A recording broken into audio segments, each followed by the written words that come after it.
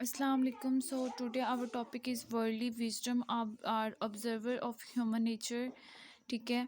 Francis bacon का question है first जो आज हम पढ़ेंगे। इसमें क्वेश्चंस कैसे बन के आ सकते हैं कि Bacon essays reflect his deep understanding of human nature and ripe experience of life. Discuss next आ सकता है कि discuss Bacon as one of the most important European philosopher produce evidence from his essay. Next आ सकता है with the help of Bacon's essays can you prove the truth of the statement that no more keep observer of life and affairs than Bacon ever lied.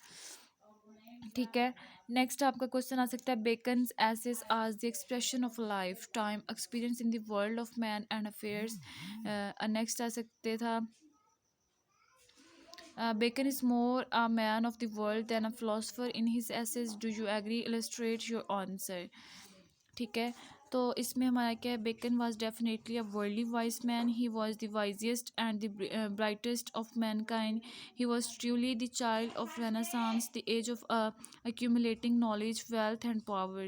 Being a true follower of Machiavellian principles, he led his life for worldly success. He was a man of shrewd and sagacious intellect, with his eyes fixed on the main chance, and what he preached in his essays was also the knowledge needed for worldly success. There is no doubt that the essay of Bacon are a treasure house of worldly wisdom. The term worldly wisdom means the kind of wisdom which is necessary for worldly success. It does not need any deep philosophy or any ideal morality. Bacon was a man of high wisdom, as he himself said that I have taken all knowledge to be my province. Bacon also preached morality, but his morality is subordinate to worldly success, and he never hesitated to sacrifice it for worldly benefit. His essays are rich with the art a man should employ for achieving success in his life, such as shrewdness, sagacity, tact, for foresight, judgment of character, and so on. The subject of Bacon in his essays is the man who needs prosperity in worldly terms. Bacon essays advocate to come home to man's business and bosoms. He teaches how to exercise one's authority and much more. When he condemns cunning, it is not because of a hateful and vile thing, but because it is unwise. That is why the wisdom in his essays is considered a cynic kind of wisdom. He describes his essay as counsel, civil, and moral. In his essay of truth, Bacon appreciates truth and wishes people to speak the truth. He says, our life faces God and shrinks from man. He warns human beings against the punishment for a lie on the doomsday, but at the same time, he considers that a lie is like an alloy which increases the strength of gold, and thinks that the lie is necessary for the survival on earth. He says, a lie doth ever add pleasure.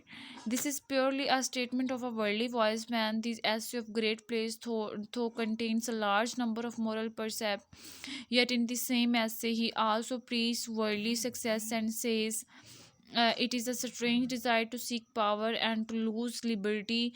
By pains man come to greater pains, and uneasy lies the head that wears the crown. Next वो क्या करे, then Bacon suggest that man in authority should work not only for the betterment of public but also for their own status. All rising to great place is by a winding stair, and if there be factions, it is good to side a man self whilst he is rising, and to behave himself when he is placed. It is purely a utilitarian advice, and it surely holds a compromise between morality and worldly success.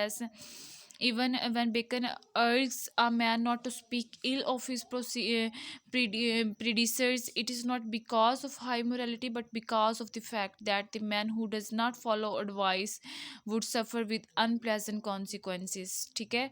Bacon's approach towards studies is also purely utilitarian. In his essays of studies, he does not emphasize on study for in its own sake, but for the benefit which it can provide to a man, to be supplemented by practical experience. He says, reading make the full man, conference a ready man, and writing an exact man.